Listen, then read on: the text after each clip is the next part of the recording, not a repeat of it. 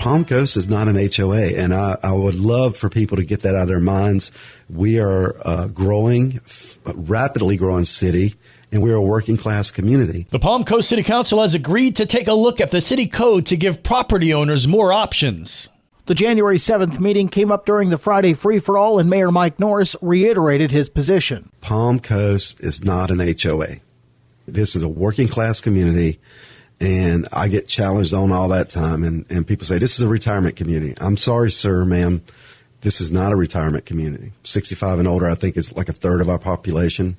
And I know some people, back and forth on numbers and stuff, but even the people that are 65 and older, they're still working.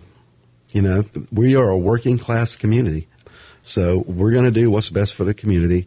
And that was the consensus on the 4-person panel that was sitting there that day.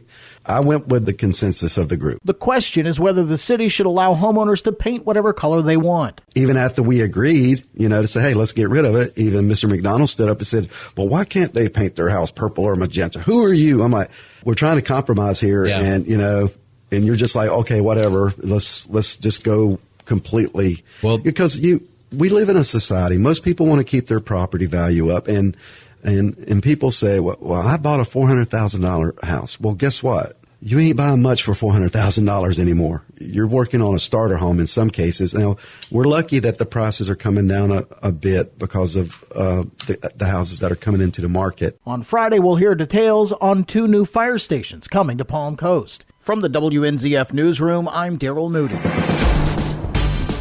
Good morning, Flagler County. I'm Rich Carroll. You're listening to Flagler's Morning News on Thursday, January 23rd. It was a very busy holiday weekend for the Flagler County Sheriff's Office. One of the most notable cases involved a traffic stop for a broken taillight, and it got worse from there.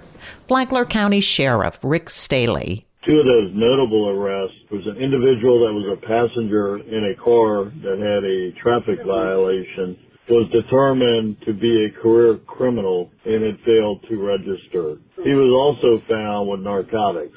He was taken to the Green Roof Inn as being held on $21,000 bond. Then a woman was arrested partially for reckless driving, and more. A woman was arrested after the car she was driving was stopped because our real-time crime center indicated that the potential owner and possible driver was driving on a suspended license and has a history of fleeing from law enforcement.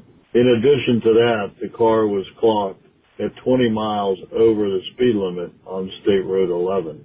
The vehicle was stopped using stop sticks, and while the individual known to constantly flee from law enforcement was not the driver, the vehicle was being driven by an individual that was smoking marijuana in the car, and then she had hidden marijuana on her person. She was also taken to the Sheriff Perry Hall Inmate Detention Facility and ultimately released on $3,000 bond after posting.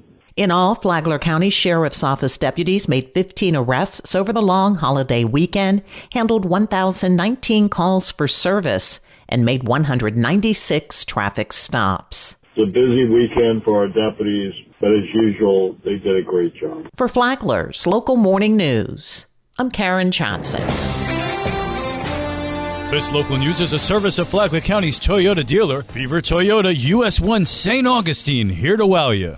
In other news, Flagler County officials announced that the Florida Department of Transportation has begun resurfacing State Road A1A in Flagler Beach, spanning South 8th Street to North 18th Street. The project is expected to be completed by spring. Motorists should anticipate occasional lane closures, with speed limits reduced to 25 to 35 miles per hour in the work zone. The project includes pedestrian safety upgrades, such as pedestrian hybrid beacons at key intersections and curb ramps upgraded to meet ADA standards. Traffic will be guided by electric signs and directional boards. Construction noise and activity levels may vary throughout the project phases. And finally, tonight is the night local sport fans have been waiting for during the winter sports season. The Matanzas Pirates visit FPC High School to take on the Bulldogs in the Battle for Belterre, a contest to decide basketball bragging rights in Flagler County. Don't miss a minute of the action. Watch the game tonight at 7:30 on the Flagler Radio YouTube channel.